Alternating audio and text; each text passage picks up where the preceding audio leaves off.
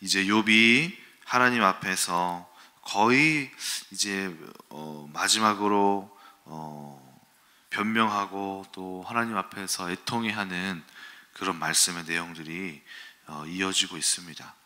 먼저 16절을 보니까 그 심정이 얼마나 어려운지 보게 됩니다. 16절 보니까 이제는 내 생명이 내 속에서 녹으니 환난 날이 나를 사로잡음이라. 우리가 삶을 살아가다 보면은 막 기쁜 날이 있지 않습니까? 몸에 힘이 생기고 막 기대가 되고 내일이 이제 기대가 되고 막 이런 날들이 있잖아요. 저는 요즘에 유민이를 보면은 제 딸을 보면서 그런 행복감을 매일같이 느끼는 것 같아요. 우리 딸이 점점점 말도 잘하고 또 엄마 아빠를 이렇게 알아보고 또 아이가 하는 이야기들을 들으면은 야, 이 아이가 정말 커서 또 얼마나 우리에게 기쁨을 줄까, 이런 기대감이 계속 생기고, 또 대안학교가 완성됐잖아요. 인테리어 공사가 끝났는데 거기 학교를 가면서 어제도 이제 쓰레기도 치우고 청소도 하고 이제 하고 있는데, 그 학교를 볼 때마다 야, 하나님께서 우리와 함께 하시는구나, 또 여기에서 얼마나 또 큰 은혜가 또 있을까, 아이들이 와서 여기에서 또 많이 배우고 자라가고 갈 텐데, 막 기대감이 막 샘솟는 때가 이제 있는 것이죠. 그런데 어떨 때는 절망이 찾아올 때도 있습니다. 절망이 찾아올 때가 있어요. 교회의 어떤 또 청년이 시험에 들었습니다. 또 어떤 누군가 문제가 있습니다. 목사님, 지금 이 형제가 싸우고 있습니다. 막 그런 일들이 또 들릴 때가 있습니다. 그러면은 정말 늙는 것 같아요. 아니, 또 왜 그런데? 아니, 또 무슨 일이래? 하면서 삶에서 이렇게 고난이 찾아오고 또 생명력이 갉아먹는 일 같은 일들이, 마음에 시험에 드는 일들이 찾아올 때가 있죠. 오늘 본문에서 욥이 자신의 생명력이 깎아먹는 듯한, 정말 그렇게 힘든 시련과 고통의 시간을 겪고 있다고 이야기하고 있습니다. 이런 것들을 바로 영적인 침체라고 합니다. 영적 침체. 우리의 삶 속에 마음속에 기쁨이 사라지고 또 힘이 사라지고 나의 생명력이 갉아먹는 것 같은 침체기, 긴 침체기, 하나님이 우리의 삶에 찾아오지 않는 그 긴 터널, 나에게는 계속 안 좋은 일만 계속 반복되는 것 같고 복된 일이 생기지 않는 것 같은, 다른 사람들은 응답받으면서 막 삶을 살아가고 있는 것 같은데 나는 내 삶에는 자꾸 문제만 계속해서 생기고 내가 말라 비틀어져 죽는 것을 하나님이 가만히 내버려 두신 것 같은 그러한 고통의 기간들을 바로 영적 침체기라고 합니다. 우리가 이러한 침체기를 해결하기 위하여서 우리 몇 가지, 좀 여러 가지 침체기들을 좀 찾아볼 텐데, 가장 먼저 영적 침체에 빠지는 이유는 하나님을 잘 모르기 때문에 그래요. 하나님을 잘 몰라서. 다시 말해서 진리를 잘 모르면 우리는 그 깊은 침체기에 빠지게 됩니다. 교회 신앙생활을 하게 되고 성도님들이 처음에 응답을 막 많이 받는 사례들이 많아요. 거의 초신자분들, 새롭게 하나님의 자녀가 된 사람들에게 하나님께서 자신의 증거들을 이렇게 나타내 주시죠. 그러면은 이제 정말 신이 나고, 목사님 정말 이런 일이 벌어졌어요, 기도하니까 정말 되네요 하면서 기쁜 소식이 처음에는 이렇게 들려오게 됩니다. 근데 그 다음에 기쁜 일이 생긴 다음에 꼭 시험에 들 만한 일들이 그 다음에 또 뒤따라와요. 그러면 그 다음에는 그 사람들에게 해줄 이야기들이 어떤 이야기들일까요? 바로 영적 진리에 대한 이야기들을 그때부터는 해 나가야 하는 것이죠. 우리 딸이 TV를 보면은 자주 보는 게 있어요. 옛날에는 처음에는 뽀로로 보여줘, 뽀로로, 뽀로로 하다가 요즘에는 유민아 뽀로로 볼까? 아니, 뭐 볼 거야? 콩순이, 콩순이 이래요. 뭐라고? 콩순이. 아, 콩순이. 그래, 콩순이로 넘어갔구나. 그래서 콩순이를 틀어줘요. 근데 어느 날 이제 콩순이를 보는데 콩순이가 아빠랑 놀기로 했어요. 근데 아빠가 아침에 안 일어나고, 아빠가 놀자고 해도 안 놀고, 뭔가 막 이렇게 바쁘고 막 그런 거예요. 그래서 아빠에 대해서 실망을 했어요. 아빠는 정말 이상해. 약속도 안 지키는 사람이구나. 아빠는 나빴어. 아빠는 자기 욕심만 많은 사람이야 라고 생각했어요. 근데 옆에 같이 마법 부리는 부엉이가 한 명 있어요. 그 부엉이가 새우인데, 새우가 콩순아, 아빠가 어떻게 하는지 한번 볼까? 하고 아빠의 삶을 이렇게 데리고 가서 아빠의 삶을 이렇게 같이 보게 됐어요. 그런데 이게 웬일이죠? 아빠가 참 약속도 안 지키는 사람이라고 생각했는데 그 회사 생활이 얼마나 바쁘고 사람들한테 치이고 또 열심히 땀 흘려서 가족을 위해서 애쓰는 모습을 보게 되는 거예요. 또 아빠가 지치고 힘든데도 가정에 돌아와서는 집에 있는 것도 돕고 엄마도 돕고 콩순이를 위하여서 얼마나 많이 애를 쓰고 사랑이 많은지를 보게 되는 거죠. 그때 콩순이가 어떤 노래가 나오면서 이제 아빠 미안해요 이렇게 막 노래가 또 나와요. 그러니까 콩순이가 그때 아빠에 대하여서 다시 한번 깨닫게 되는 거죠. 아, 아빠는 나를 사랑하는 사람이었구나. 아빠가 이렇게 나를 위해서 애쓰고 있구나.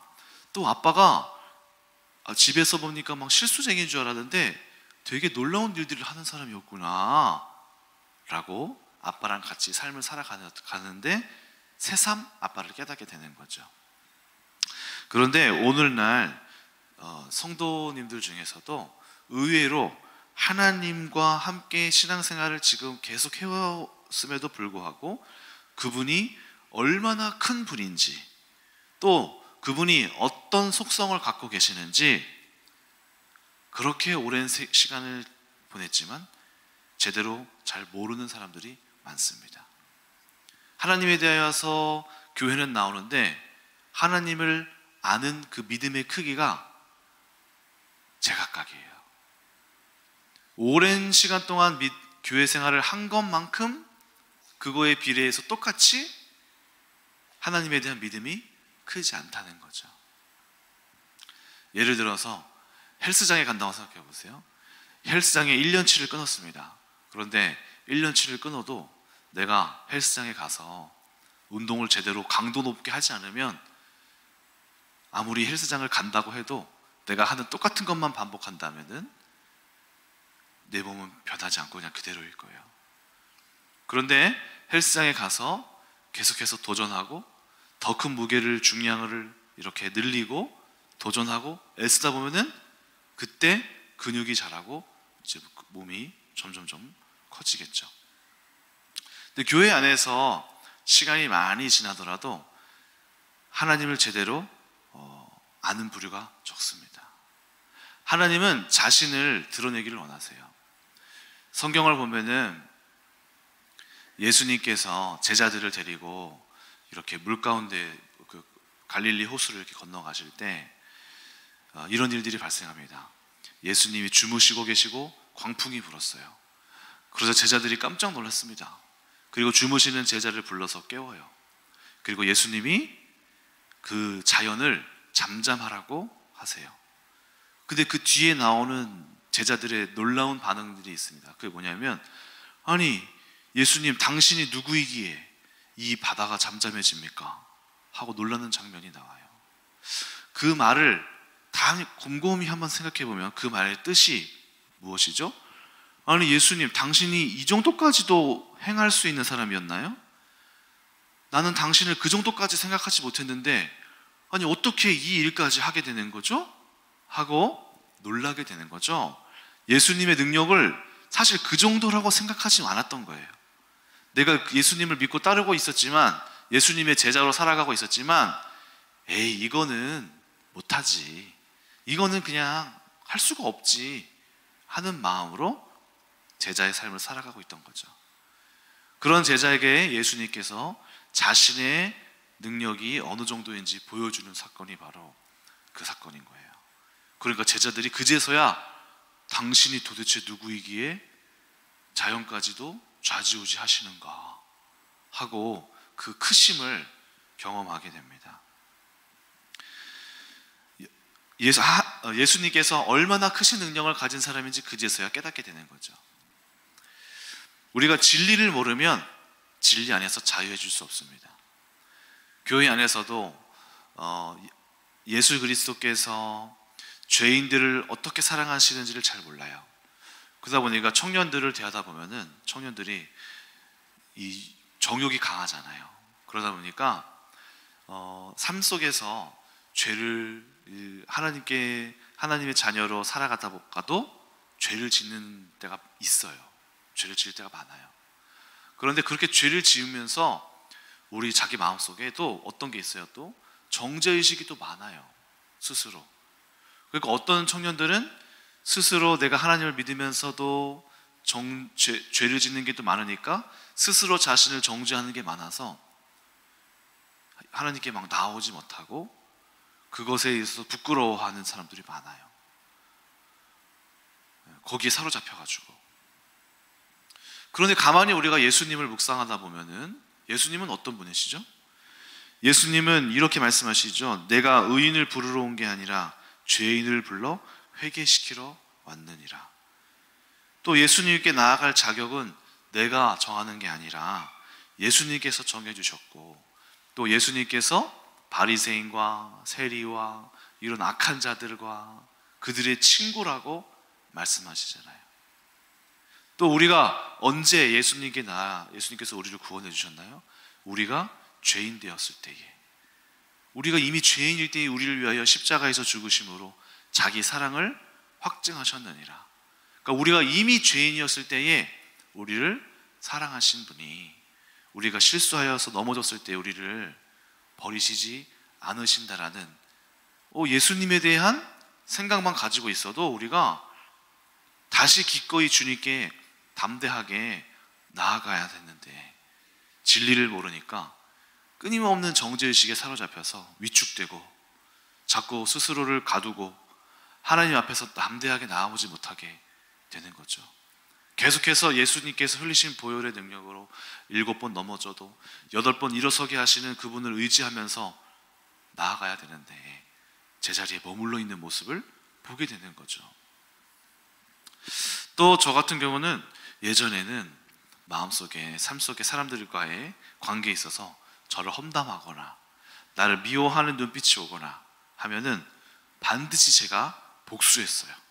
복수하고 말로 한 번 더 내가 쳐서 내가 이겨야만 했었어요. 근데 어느 날 성경을 읽다가 로마서 12장 19절 말씀을 깊게 묵상하게 됐습니다. 그 말씀이 이런 말씀이 있었습니다. 사랑하는 자들아, 너희가 친히 원수 갚지 말고 하나님의 진노하심에 맡겨라. 원수 갚는 것은 내게 있으니 내가 갚으리라. 네 원수가 줄이거든 먹이고 목마르거든 마시게 하라. 그리함으로 네가 숯불을 그 머리 위에 쌓으라. 저에게 비방하였고 나를 욕하고 나에게 안 좋은 마음을 생각하던 사람들, 특히 우리 이바울 목사님은 저를 항상 안 좋게 생각하는 그런 마음이 옛날에 많았거든요. 그럼 그때마다 저 인간은 항상 이래, 저 인간은 마음에 안 들어 하면서 복수하는 마음으로 제가 막 이렇게 행동하기도 했었어요. 그런데 어느 날 내가 내 복수를 막 하고 있는데 하나님의 말씀은 너희가 친히 원수 갚지 말아라. 원수 갚는 것은 하나님 손에 있는 것이야. 그리고 또 뭐라고 말하나요? 오히려 원수가 줄이거든 먹이고 목마르거든 마시게 하라. 그러면서 그 숯불을 그 사람 머리 위에 놓아라. 이런 말씀이 있는 거예요. 하나님, 제가 스스로 이렇게 반박하고 제가 뒤에서 나중에라도 그 마음을 품고 복수하는 행위, 이것 또한 제가 원수를 갚는 일이군요. 하나님, 제가 제 손으로 원수 갚지 않게 해주세요. 하나님께서 스스로 이거를 공의롭고 정의롭게 하나님이 행하시는군요. 또는 막 네가 잘못했다라고 막 생각하고 있는데, 이 말씀을 생각하면서 공의로우신 하나님, 정의로우신 하나님을 묵상하다 보니까, 그 말씀 속에서 기도를 하다 보니까 하나님이 저 사람이 잘못됐고 내가 옳았어 라고 생각했는데, 공의와 정의는 내가 정하는 게 아니라 하나님이 정하시겠지. 그렇다면 하나님이 보시기에 만약에 내가 옳은 게 아니라 틀렸을 수도 있겠구나. 하나님을 알다 보니까 내가 옳다라고 막 주장하던 것도 내가 틀렸을 수도 있겠다. 하나님이 공의로우시니까 하나님 보시기에 나도 부지 중에 지은 죄, 우리 구약에 보면은 부지 중에 지은 죄가 있을 수 있잖아요. 그렇죠? 속건제물 드리잖아요. 속죄제. 부지 중에 나도 모르게 내가 옳다라고 생각했는데 내가 틀리게 행동했을 수도 있겠다. 나도 모르게 저 사람에게 내가 나의 습관 중을 통해서 내가 나를 보지 못하니까 부지 중에 나도 내가 하나님 앞에서는 하나님이 심판하신다면은 나도 잘못한 게 있을 수 있겠다 하는 마음이 드니까 내가 겸손해지는 거 있죠. 제가 다 옳다라고 주장하지 않게 되더라고요. 그러다 보니까 모든 관계 속에서 갈등이 오게 될 때 상대방이 분명 잘못했을지라도 내가 잘못한 게 있을 수도 있겠다 하면 하는 마음을 갖게 되면요, 주장하지 않아요. 주장하지 않습니다. 그리고 그 관계 속에서 내가 잘못했음을 인정하는 동등된 위치에서 서로가 서로의 잘못을 인정하게 되는 거예요. 그러다 보면은 싸울 일이 생겨도 쉽게 해결이 됩니다.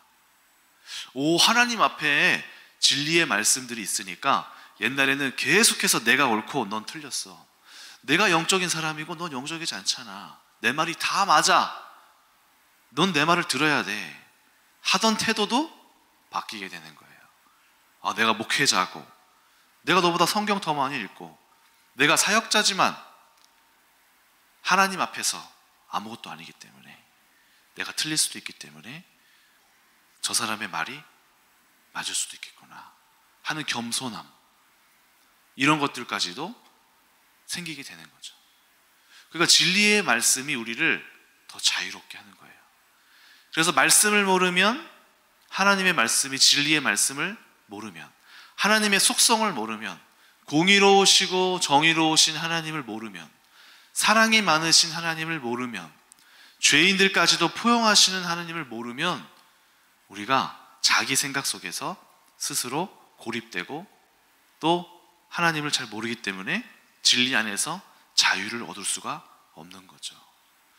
그러므로 우리는 진리 안에서 자유하기 위해서 하나님을 계속해서 알아가야만 합니다. 말씀을 읽어야 돼요. 그리고 그것이 바로 교리라고 하는 터 위에 세워지는 거예요. 교리. 하나님은 이런 분이시다. 예수님은 이렇게 행하신다. 성경은 이런 말씀을 하고 있다. 하나님을 알아가는 것.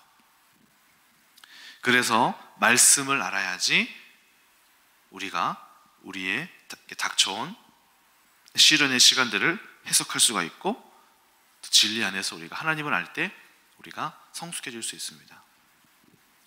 두 번째 17절에서 21절을 보니까 뭐라고 되어 있나요? 밤이 되면 내 뼈가 쑤시니 나의 아픔이 쉬지 아니하는구나. 그가 큰 능력으로 나의 옷을 떨쳐버리시며 나의 옷깃처럼 나를 휘어잡으시는구나. 하나님이 나를 진흙 가운데 던지셨고 나를 티끌과 같게 하시는구나.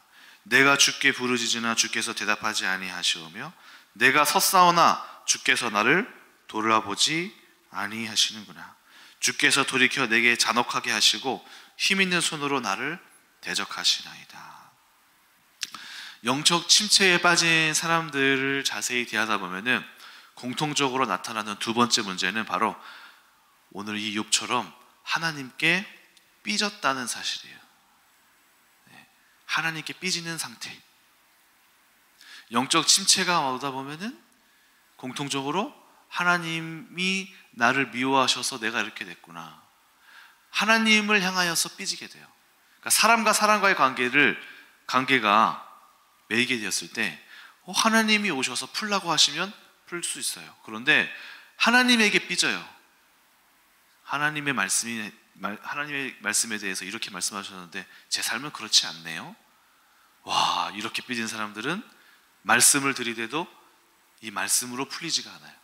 왜냐하면 이 사람이 하나님하고 삐졌기 때문이죠.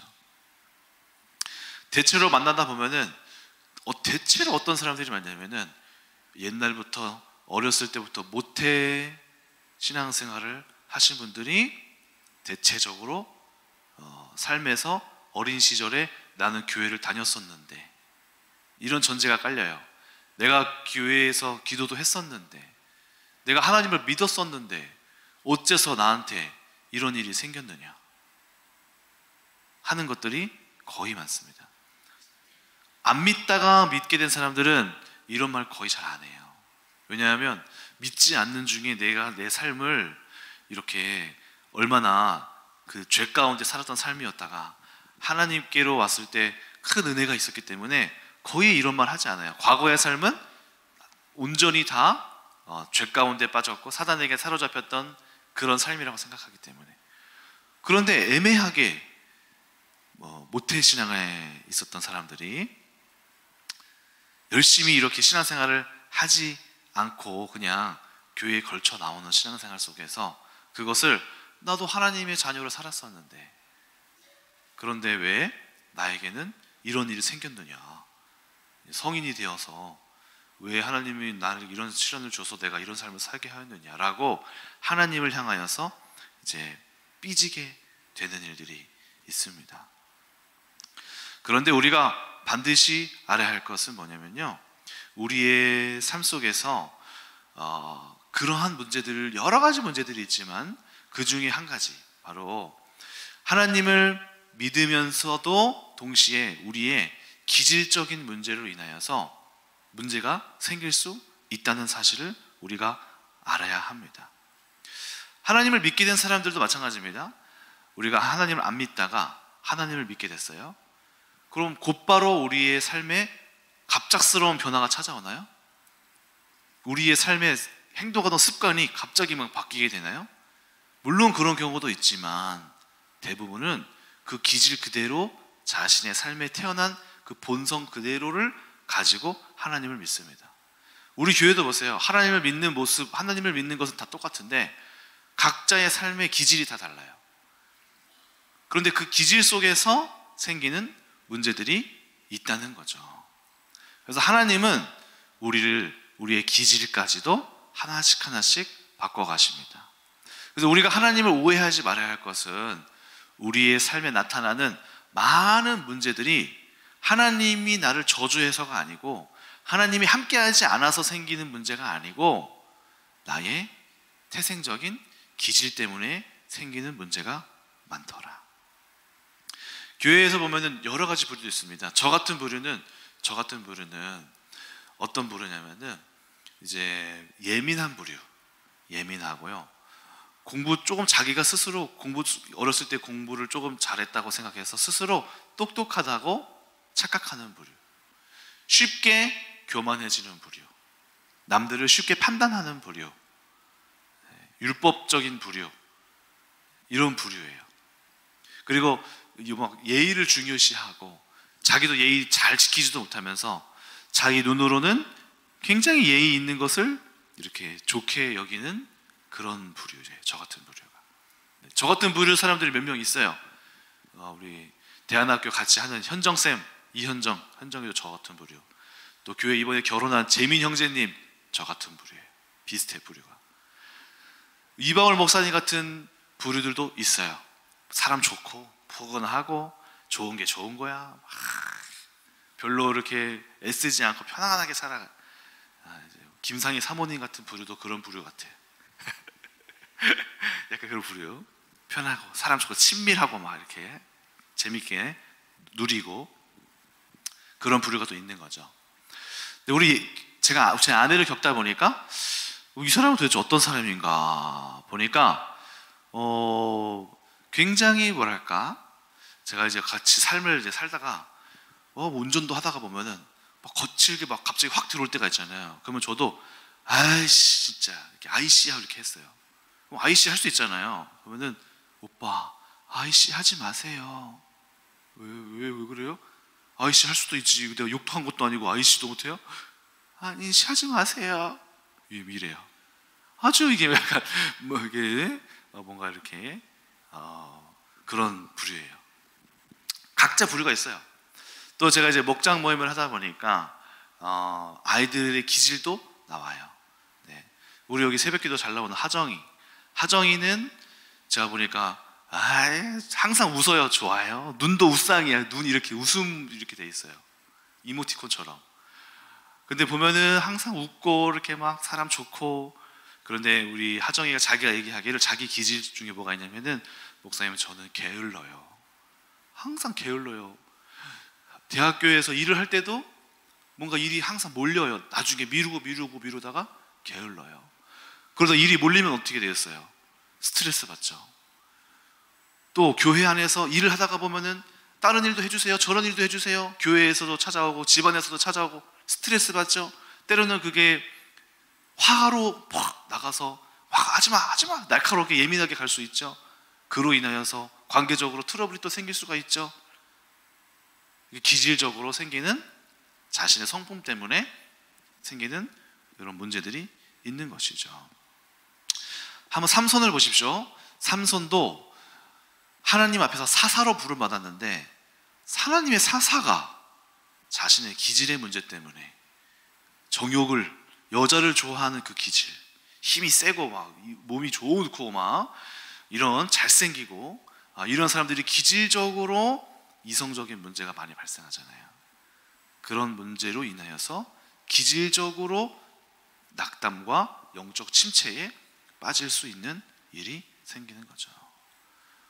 그래서 우리가 오해하지 말아야 할 것은 무엇이죠? 하나님이 나를 버리셨구나, 하나님이 나를 놓으셨구나가 아니라 나의 기질 때문에 생기는 문제로 인하여서 이렇게 내 삶 속에 고통이 오고 있구나. 문제의 원인이 하나님이 아니라 바로 내 삶에 나의 기질 가운데 생기는 문제구나 라고 우리는 생각해야 합니다. 하나님은 어떤 분이시죠? 우리가 믿는 하나님은 어떤 분이십니까?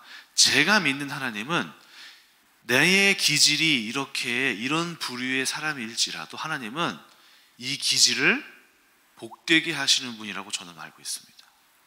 제 삶 속에 저의 기질을 통하여서 하나님은 제 삶의 기질을 복으로 만들어 가시는 분이에요. 하나님을 몰랐을 때는 나의 기질 때문에 문제가 생겼다면, 하나님을 우리가 온전히 알고 우리가 주님 손에 온전히 붙들린다면 나의 기질을 통하여서 하나님은 일을 하시는 분이에요.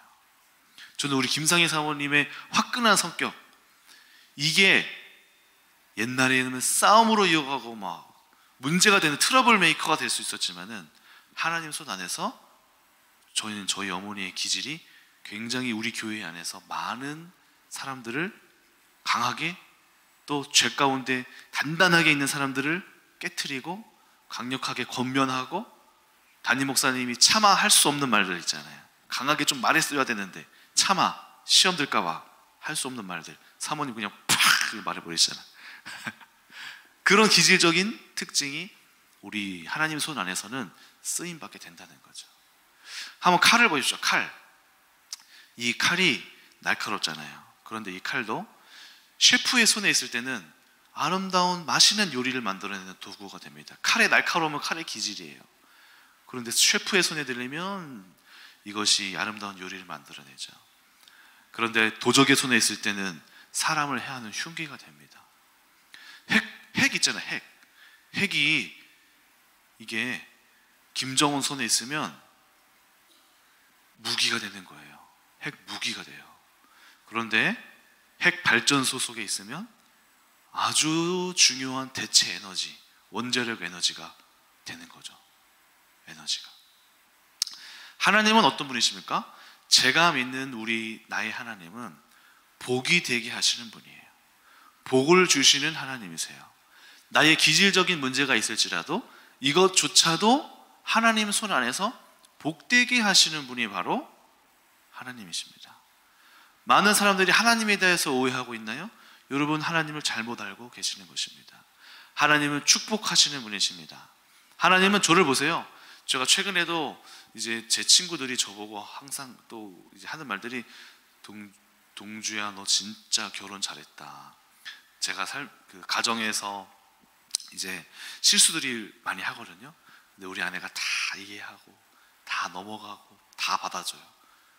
그러니까 이제 사람들이 정말 결혼 잘했다 이런 얘기 많이 하거든요. 저도 그렇게 느껴요. 아니, 나 같은 사람을 어떻게 이렇게 내 삶에 이런 축복을 주실까? 제 하나님이 저에게 주신 선물이에요. 하나님이. 아니, 저는 또 제 삶에서 아니, 대안학교도 보면 참 신기해요. 저는 제 삶에 이 대안학교의 교장이라는 이거를 내가 할 수 있었을까? 저의 삶에 그런 건 없거든요. 그런데 제 삶에 이런 은혜가 있어요. 또 아니, 대안학교를 운영하려고 하다 보니까 아는 게 없어요. 뭐 교육 배운 것도 없어요. 가진 것도 없어요. 아니, 아무것도 없는 사람한테 나보고 이걸 어떻게 감당하라는 거야 도대체.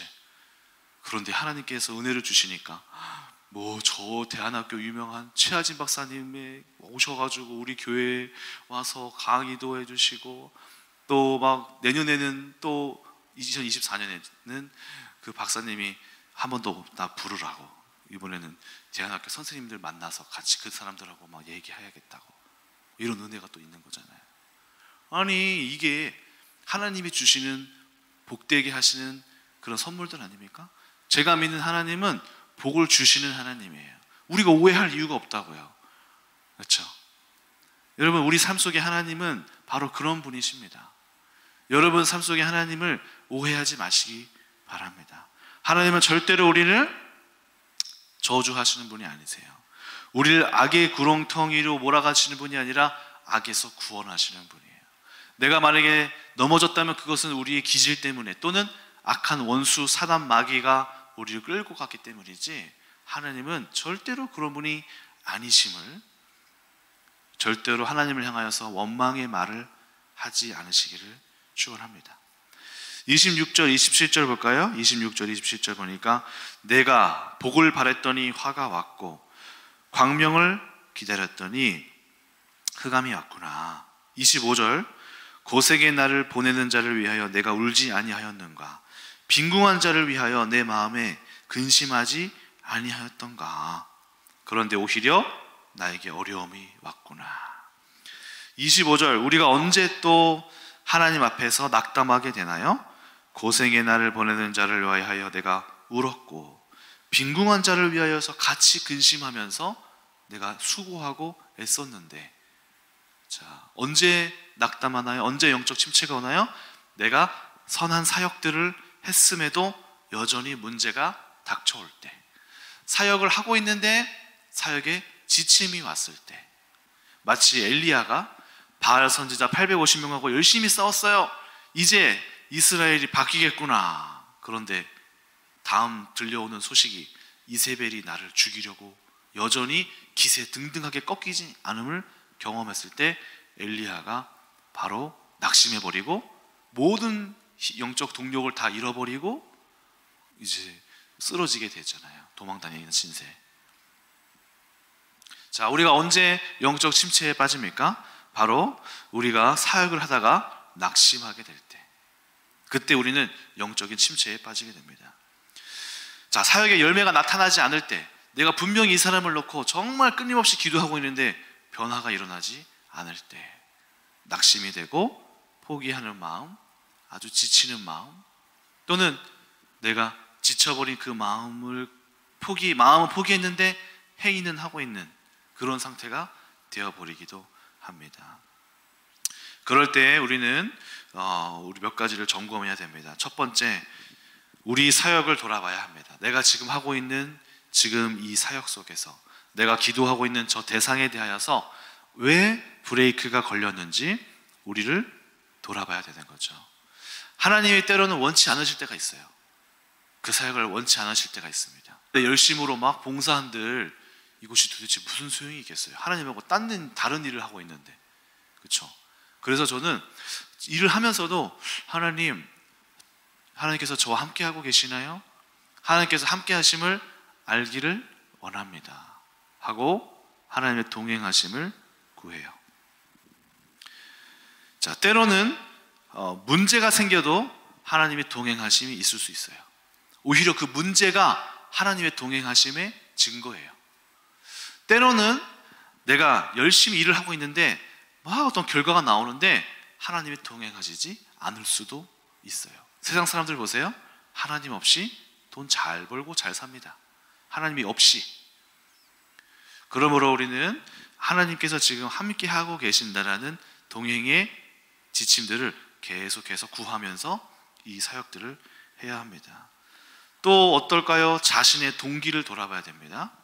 하나님께서는 우리의 동기에 따라 그 일을 진행하게도 하시고 그 일을 멈추게도 하십니다. 영적으로 신나게 해오던 일이 갑자기 멈추게 됐을 때 우리는 이 질문을 해야 됩니다. 내가 그동안 이 일을 해온 진정한 이유는 뭘까? 내가 이 일을 왜 하고 있지? 내가 지금 말씀 사역을 왜 하고 있지? 내가 지금 목장을 왜 하고 있지? 내가 이 봉사를 왜 하고 있지? 이걸 돌아봐야 되는 거죠. 어쩌면 자기는 순수하게 그 사역을 하고 있다고 생각할 수 있어요. 그런데 그 속에 깊은 곳에서 어떤 사람들은 자기 만족을 위해서 그 사역을 하기도 합니다. 또는 남들의 시선 때문에 어쩔 수 없이 하고 있기도 합니다.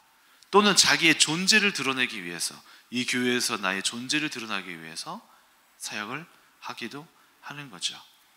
넌 정말 대단한 사람이다. 네가 없으면 안 돼. 이런 말 때문에 하는 사람들도 있어요. 그래서 우리는 뭐 해야 될까요? 하나님 나라를 위한 자신의 분명한 동기를 다시 세워야 할 때가 있는 거죠. 또 마지막으로 내가 열매를 맺어서 결과를 내야 한다고 착각할 때 문제가 이제 스탑이 옵니다. 사람들이 왜 절망하고 실망할까요?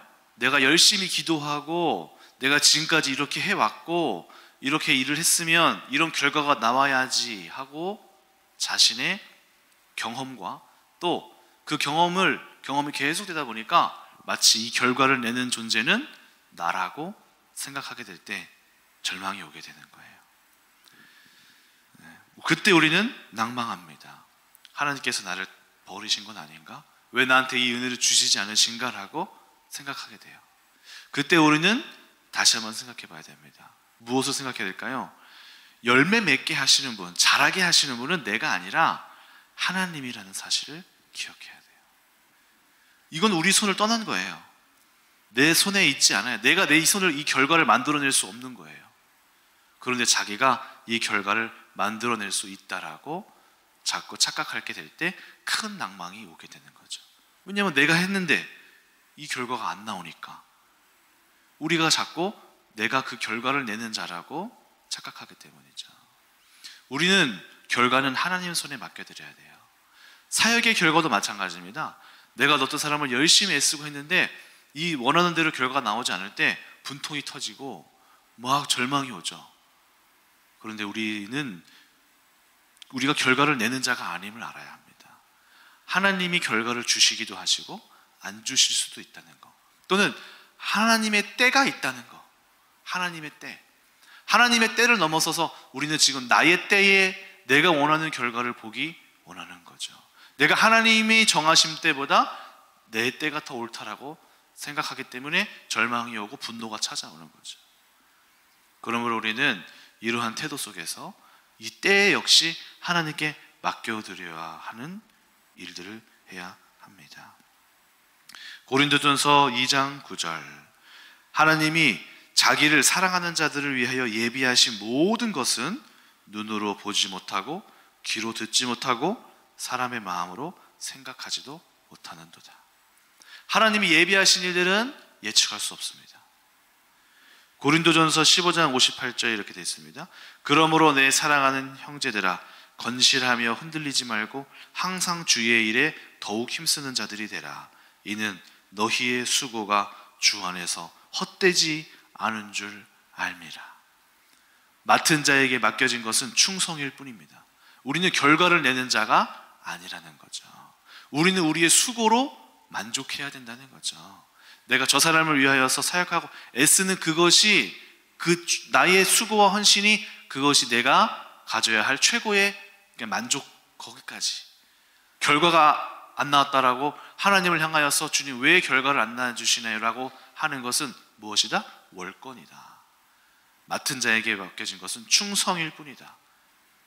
그렇게 될 때 우리는 하나님 앞에서 내가 충성을 다하여 싸우니 하나님께서 결과 맺게 해주시옵소서. 그러면 어떨까요? 우리의 삶에 만족이 오는 거예요. 만족. 불만족이 아니라, 불만족이 있더라도 나는 만족할 수 있는 거예요.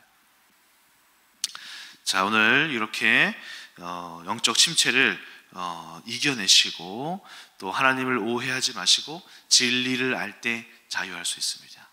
오늘 그렇게 하나님 앞에 혹시 우리 가운데 영적 침체가 온 성도들이 있다면은 그 안에서 그 터널들을, 긴 터널들을 나와서 빛 가운데 하나님의 깊은 동행하심이 있는 여러분 되시길 축원합니다. 기도하겠습니다. 살아계신 하나님, 우리는 때로는 많은 일들로 인하여서 나의 기질 때문에 영적인 침체, 문제, 하나님이 마치 계시지 않는 것 같은 깊은 어두움의 터널을 경험하기도 합니다. 그러나 그 이유는 우리가 때로는 잘못 생각하였기 때문이요, 나의 기질 때문이요, 진리를 모르기 때문이요, 하나님을 오해하였기 때문입니다. 오늘 우리 가운데 혹시라도 깊은 침체 가운데 하나님이 정말 멀리 계시는 것 같은 성도님들 계시다면 오늘 그 터널에서 건져내어 주시고, 구원의 하나님, 우리를 사랑하시는 하나님, 우리를 끝까지 버리지 않으시고 붙드시는 아버지의 그 사랑 안에서 이 긴 터널들을 잘 헤쳐나오는 그 터널의 끝을 보게 하여 주시옵소서. 감사드리며 예수님의 이름으로 기도합니다. 아멘.